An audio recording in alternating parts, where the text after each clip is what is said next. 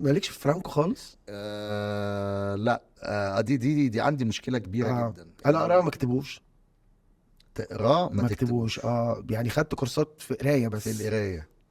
انت يعني مثلا انت بتقدر انا بهبد بجد؟ لا بتهبد. انا انت بهبد. زيي صح؟ انا بهبد انت والله. زي انا اول ما بشوف الفرانكو ببتدي بيحصل لي شوك لا انا بقول لك الاول اقراه كده، ما اكتبوش. عينيا اتغرب كده شويه. اه لا انا اساسا من وانا صغير عندي مشكله مع الارقام. اه يعني انا لو قلت لي 1+1 دينا كام لازم اطلع الاله الحاسبه. اصلا. والله العظيم بتكلم جد.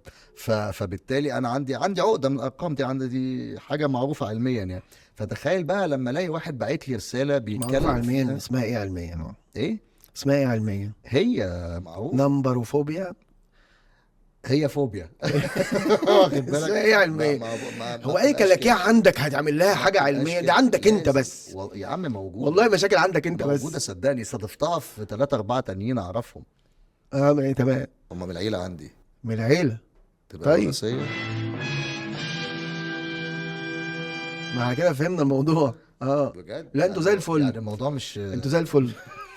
بس هي اه هو هتلاقي اسم لاتيني كده اه يعني. المهم يعني، فتخيل انت بقى تلاقي الحروف قدامك مع ارقام في وسط الرساله. فانا والله الموضوع على فكره قعدت سنه، مش بهزر، اما مم. طلع في اول الفيسبوك واول ما هم لقطوا موضوع الفرانكو قعدت سنه مش عارف اقرا الرسايل، ومتهيألي ان كل الناس الكيبورد عندها بايظ. طب الخاء اه 5 ولا 7؟ الخاء في ناس تكتبها 5، السبعه الحاء. 7 ها؟ اه طب كويس. ايوه طبعا.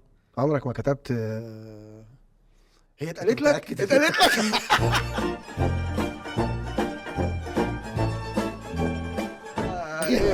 كنت فاكرها اخن. لا هي مش اخن، لا ايه ده؟ هي مش اخن خالص. يا نهار اسود، انا طول الوقت ده بتشتم. ده انا 5 شهور وانت تقريبا فاكر الناس بتقول لك انت تامر انت زي انت كفو او انت اخو. فاهم انت؟ لا انت اخويا يعني. كلمتنيش ليه؟ كلمتنيش ليه؟ ما انا فاكرك زيي. ايوه. اخو برضه. لا خالص انا مش اخو. دي اول حاجه عرفتها عشان ما بقاش اخو.